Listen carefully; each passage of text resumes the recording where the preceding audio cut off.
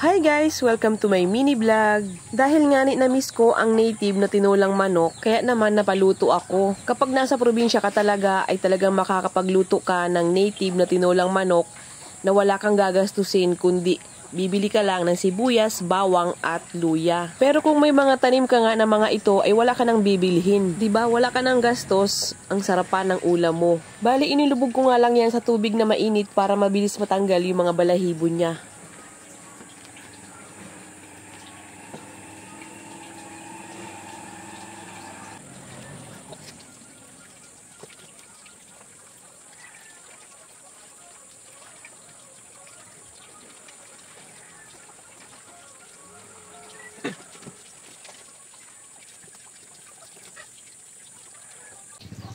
Pagkatapos ko matanggal yung mga balahibo, ay ahiwain ko naman ito.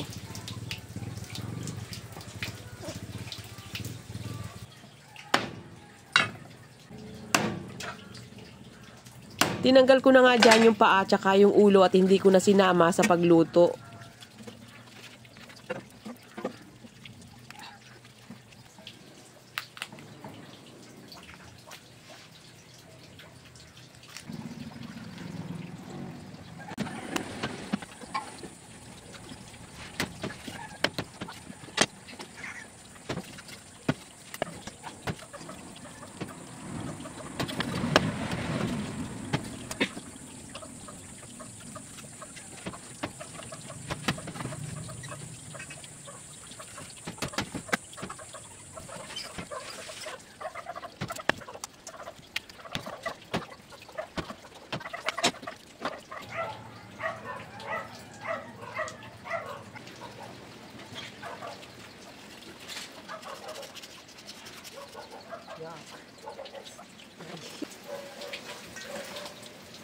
Ito nga bituka ay hindi ko na rin isinama.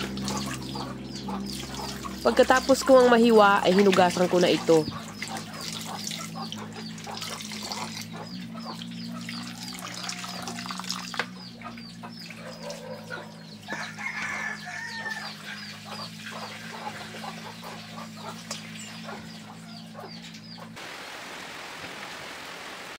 Kumuha na nga rin ako ng dahon ng malunggay dini sa may gilid ng bahay namin.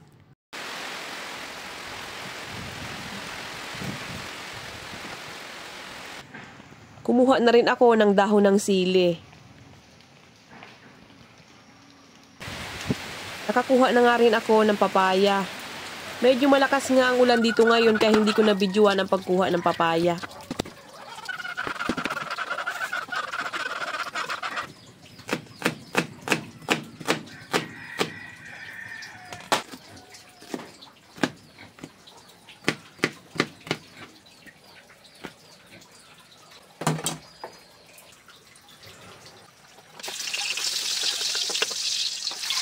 Iginisa ko na nga ang sibuyas, bawang at luya.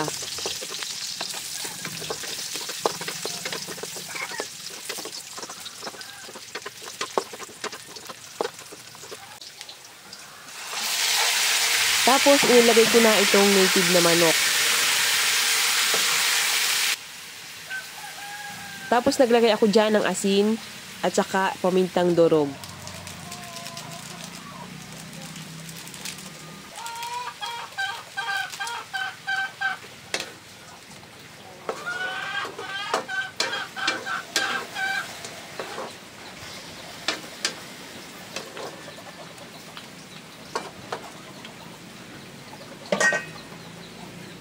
Tinakpan ko muna yan at hihiwain ko muna itong papaya.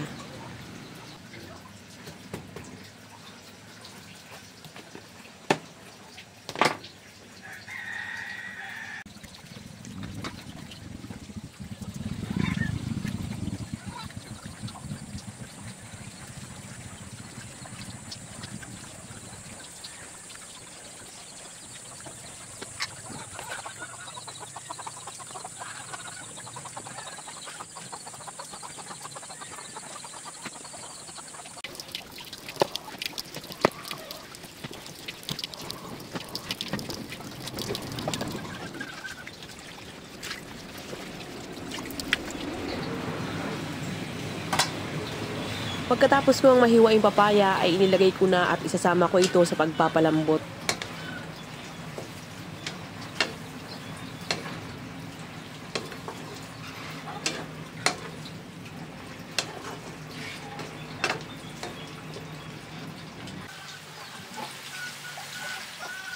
Pagkatapos ko magisa yung manok ay naglagay na ako dyan ng tubig.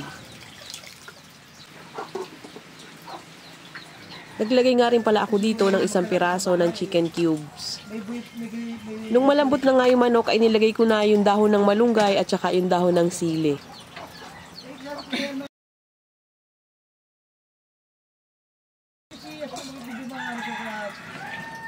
Then tinakpan ko lang yan at niluto ko lang yan ng mga 2 minuto hanggang sa maluto yung malunggay at dahon ng sili. And then pagkatapos kong magluto ay kumain na rin ako. Kain tayo! Masasabi ko talagang ibang-iba ang sarap ng native na manok. Sobrang sarap.